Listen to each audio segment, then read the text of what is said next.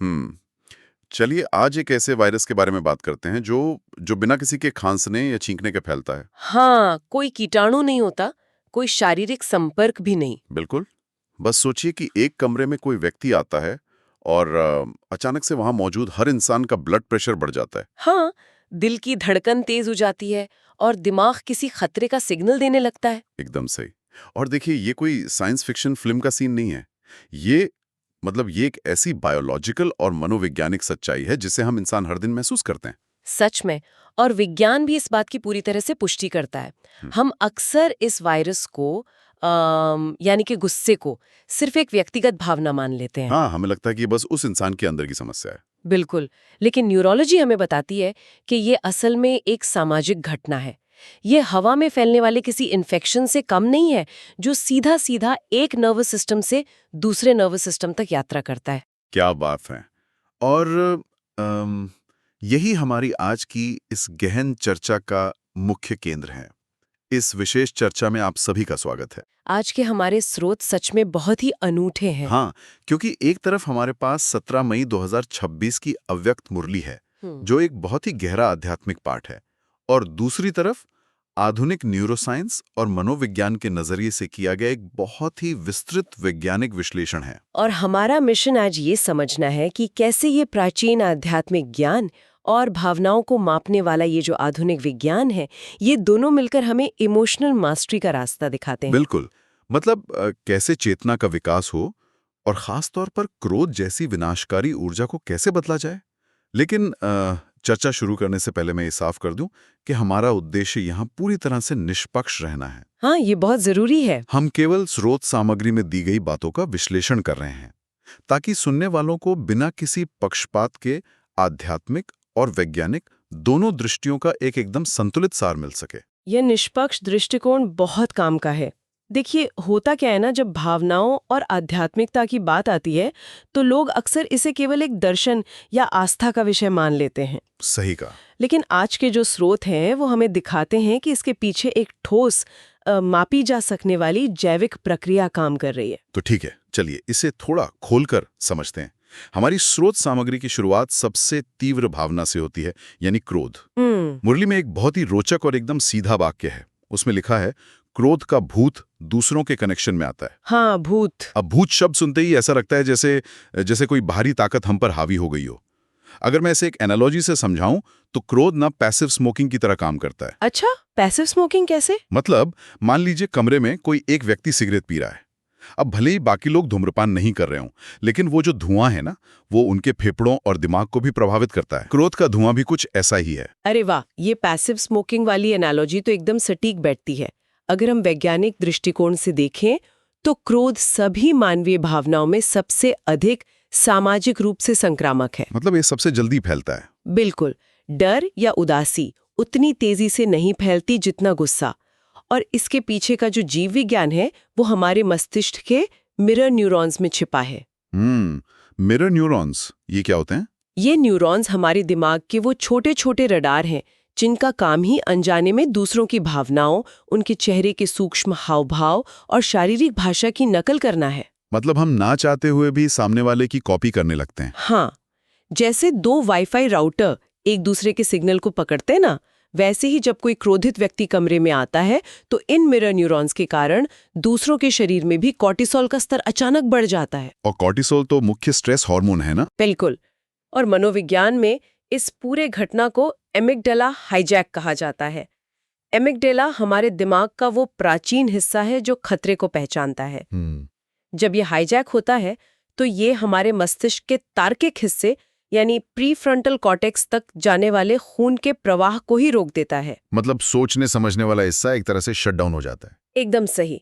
ये इवोल्यूशन का एक तरीका है। सोचिए, जब सामने शेर खड़ा हो तो दिमाग तर्क नहीं करना चाहता, वो बस लड़ना या भागना चाहता है। हाँ, शेर को देखकर कोई फिलॉसफी तो नहीं झाड़ेगा। बिल्कुल नहीं। इसीलिए उस इंसान की चेतना सिकुड़ जाती है और वो चिल्लाने या आक्रामक होने लगता है। मुरली में इसे भूत इसीलिए कहा गया है क्योंकि उस पल के लिए इंसान के अंदर का तार्किक हिस्सा गायब हो जाता है। अब लेकिन यहाँ एक बहुत बड़ा सवाल खड़ा होता है। अगर बायोलॉजी ही इस तरह काम करती है, अगर एमिग्डाला हाईजैक इतनी जल्दी होता है, कि तार्किक दिमाग को सोचने का मौका ही ना मिले, तो क्या इसका मतलब ये है कि जब कोई हम पर चिल्लाता है तो हम केवल एक असहाय शिकार होते हैं? ये एक बहुत ही वाजिब सवाल है। मतलब क्या उस गुस्से के संक्रमण को ग्रहण करना हमारी मजबूरी है? देखिए, यह सवाल न्यूरोसाइंस की सबसे बड़ी बहस का हिस्सा रहा है और यहीं पर कॉग्निटिव बिहेवियरल थेरेपी, जिसे हम CBT कहते हैं, वो एक नई दिशा दिखाती है। अच्छा। यहाँ जो बात सबसे आकर्षक है वो ये है कि हम पूरी तरह से असहाय नहीं हैं। अमिगडाला पहला अलार्म जरूर बजाता है, लेकिन वो अलार्म कितनी देर तक बजेगा ये इस बात पर निर्भर करता है कि हम उस घटना को किस तरह से देखते हैं। क्रोध बाहरी घटनाओं से नहीं पैदा होता। तो फिर कहाँ से आता है? ये उस घटना के प्रति हमारे अहंकार के प्रतिरोध से पैदा होता है। जब कोई बात हमारी उम्मीदों के हिसाब से नहीं होती, तब दिमाग उसे एक खतरे के रूप में देखने लगता है। ओह, ये बहुत ही गहरा बिंदु है। और मुझे याद आ रहा है, स्रोत में मुरली का एक वाक्य इस कॉग्निटिव व्याख्या को बहुत सरलता से पकड़ता है। कौन सा वाक्य? उसमें कहा गया है, ये क्यों हुआ, ये क्यों किया, क्यों शब्द की बड़ी क्यों है, मतलब लाइन लगी है। बिल्कुल। ये जो क्यों वाला जाल है ना, ये असल में उस अहंकार का ही प्रतिरोध है जो वास्तविकता को स्वीकार नहीं कर रहा है। सही कहा। अगर इसे हम एक और एनालॉजी से समझें तो ये क्यों पूछना कीचड़ में फंसी किसी गाड़ी के पहिए को तेजी से घुमाने जैसा है। अरे हाँ, वो बस घूमता रहता है। बिल्कुल। गाड़ी फंसी हुई है और व्यक्ति एक्सीलेटर दबा रहा है, बहुत सारी ऊर्जा खर्च हो रही है, इंजन शोर कर रहा है, लेकिन गाड़ी 1 इंच भी आगे नहीं बढ़ रही। वो बस अपने आसपास और ज्यादा कीचड़ उछाल रही है। ये एनालॉजी बहुत बढ़िया है। इस कीचड़ वाली स्थिति को मनोविज्ञान की भाषा में रूमिनेशन कहते हैं, या विचारों का ओवर एक्टिवेशन। जैसे सोचिए, मच्छर के काटने पर खुजली करने से कुछ पल की राहत तो मिलती है, हाँ, पर घाव और गहरा हो जाता है। एकदम सही। जब दिमाग लगातार सोचता है ये घटना ऐसे क्यों हुई या उन्होंने ऐसा क्यों कहा, तो ये असल में एक भ्रम पैदा करता है कि हम स्थिति को कंट्रोल कर रहे हैं। लेकिन असल में हम कुछ कंट्रोल नहीं कर रहे होते। बिल्कुल नहीं। ये क्यों कोई समाधान नहीं खोजता, ये बस इंसान को एक पीड़ित की भूमिका में बांध देता है। ये एक संज्ञानात्मक जाल है जहां हम अपनी ही मानसिक ऊर्जा को जला रहे होते हैं। तो अगर क्यों का जाल हमें कीचड़ में फंसाए रखता है, तो हमें अपनी भाषा और ऊर्जा को किस दिशा में ले जाना चाहिए?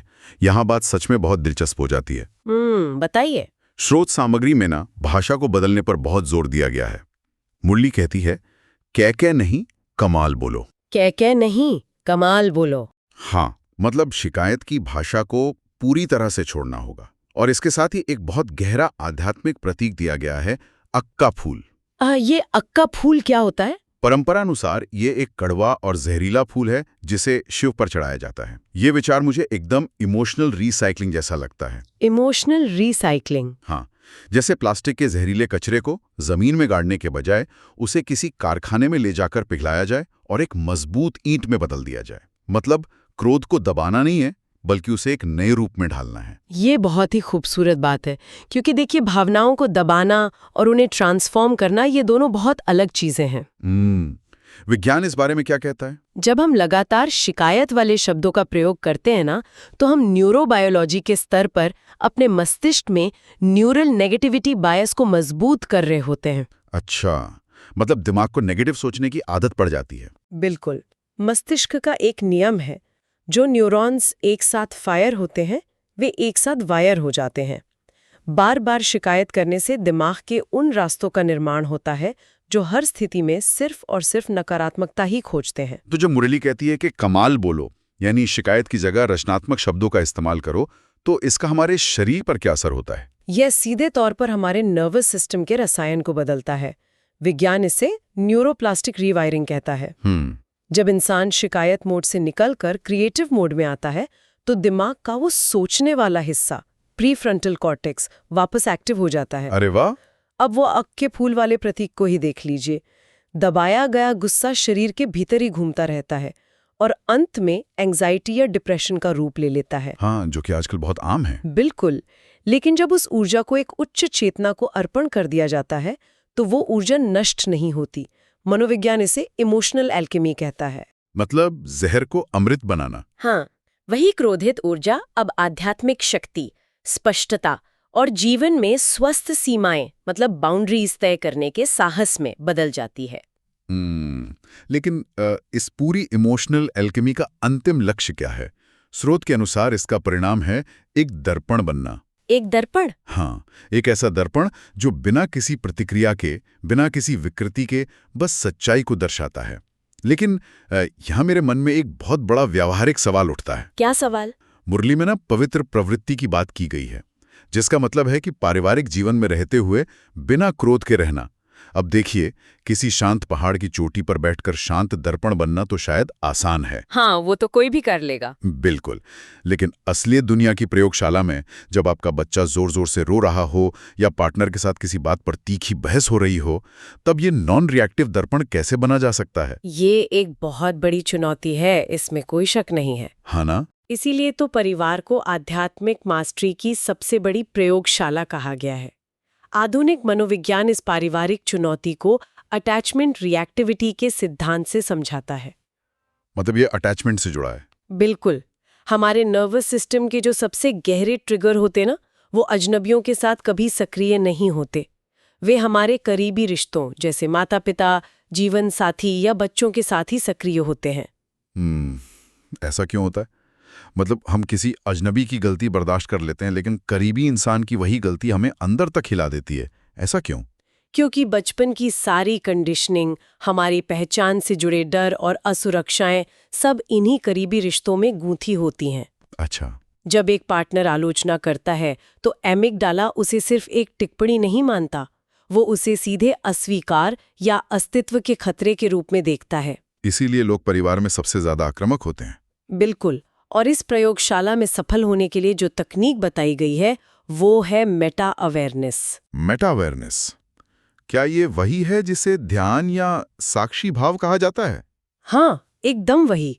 इसे इस तरह समझिए, एक अशांत झील जिसमें लहरें उठ रही हों, वो चांद की एक टूटी फूटी छवि दिखाती है।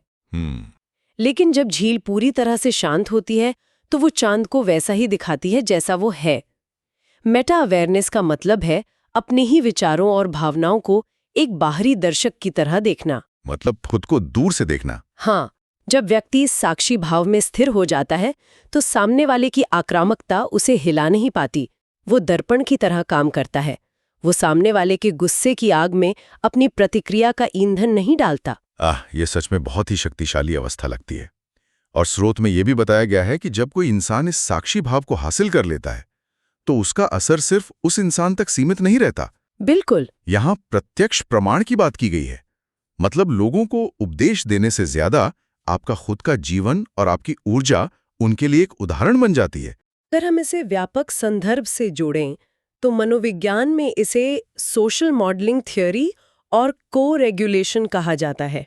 को-रेगुलेशन? हाँ, एल्बर्ट बंडूरा के शोध ने ये साबित किया है कि इंसान का नर्वस सिस्टम शब्दों से ज्यादा दूसरों के शारीरिक और मानसिक ऊर्जा से सीखता है।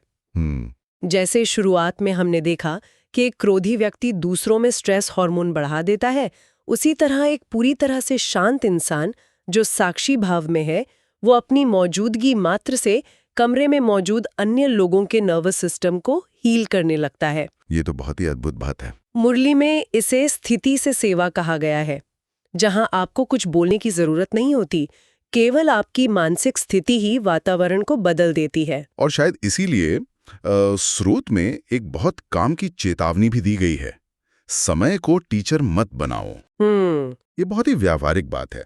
अगर हम इसे अपनी कार की एनालॉजी से समझें तो ये ऐसा है जैसे कोई कार का मालिक इंजन से अजीब आवाजें आने का इंतजार करे या बीच सड़क पर कार के खराब होने का इंतजार करे और तब जाकर उसे मैकेनिक के पास ले जाए, जो कि बहुत बेवकूफ़ी है। बिल्कुल।